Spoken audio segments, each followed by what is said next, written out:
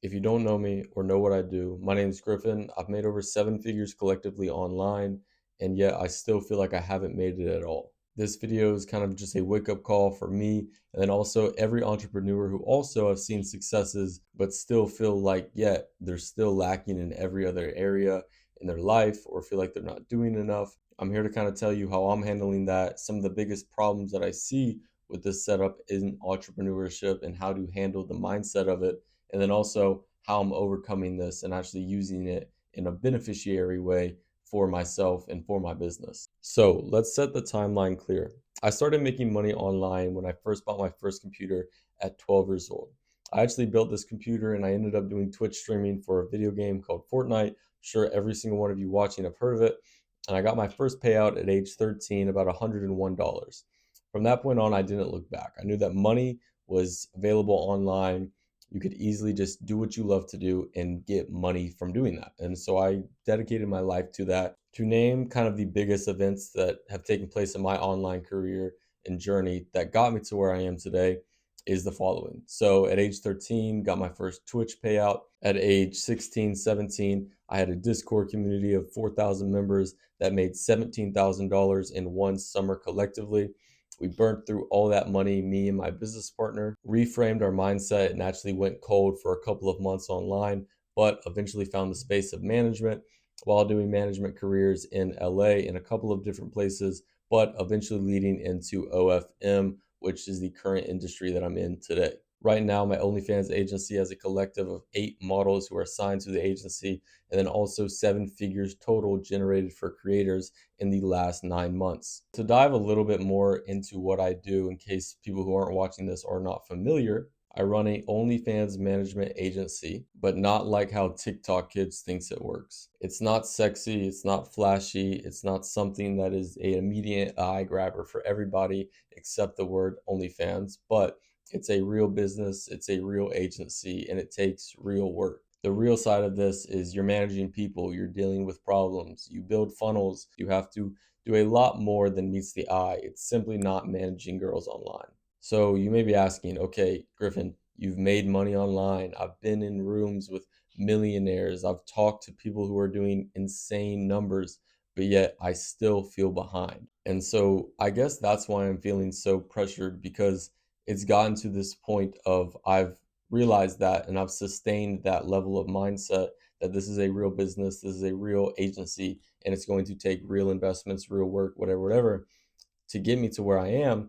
And now that I'm here passing 7 figures total generated for creators at the age that I am now, it's just kind of startling because for some reason I don't feel accomplished. I just feel more pressured to outdo my previous work. But yeah, I'm second guessing myself on my ability to do so. I wake up early every morning, still stressed. I'm managing over 20 people, including VAs, chatters, and all that stuff. I'm juggling having to scale this agency and also be creative at the same time. I'm trying to delegate and outsource and white label, but yet difficulties within partners, people, and just business overall have halted a lot of that. And to me, the way that I kind of look at success is kind of in a miserable but yet optimal way for success.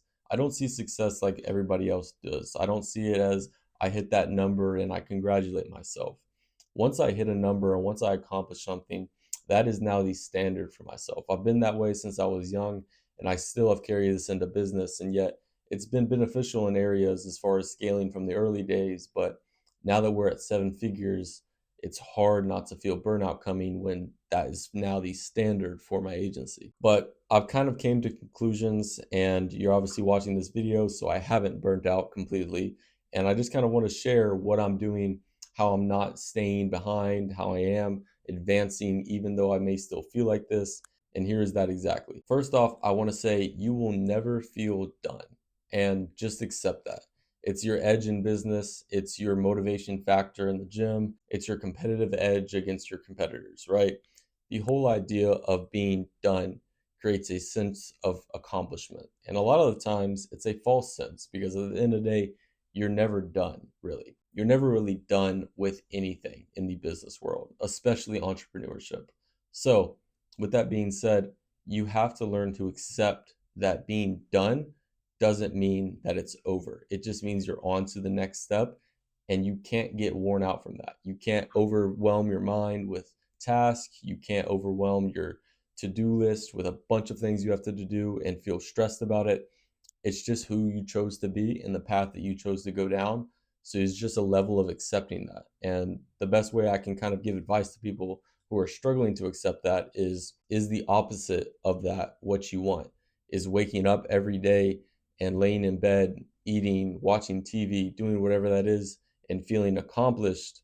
Is that what you would rather, or would you rather just accept the fact that you'll never be done truly, but you'll see successes that mean way more to you than feeling relaxed or accomplished? So, another piece of advice I want to say is two words: zoom out. I promise you, if you're watching this video this far, you obviously have had some success in business before. If you haven't, take this video and rewatch it when you feel like you have reached that level of success. But what I mean by zoom out is quite literally take a third person perspective of how far you've came, of how much you've accomplished. And even if it's just creating a logo, creating a website, and signing your first client, look at that as what it is. You've gone past what 90% of people will do, which is actually try. So first, congratulate yourself for that. Don't feel under accomplished just because you aren't at the top. Celebrate your wins and feel proud of yourself, but don't live in them. That's how you get stuck. You'll get stuck at that level if you live in the wins that have got you to that level. Another thing I want to touch on is focusing on your inputs rather than your outputs. Now, what I mean by this is anytime in business, whether it's an agency, scaling an info product, doing coaching, whatever it is, having inputs over outputs as your priority is never going to be an issue or hinder your business in any means. So double down on what's working. So if you're inputting, let's say just for an OFM example, 3 reels per day, and you're seeing good success in that, add more inputs under that same success. So make another Instagram account, post another 3 reels a day. If you're seeing success with 5 reels a day, make another Instagram account, post 5 reels a day. You get the point, right?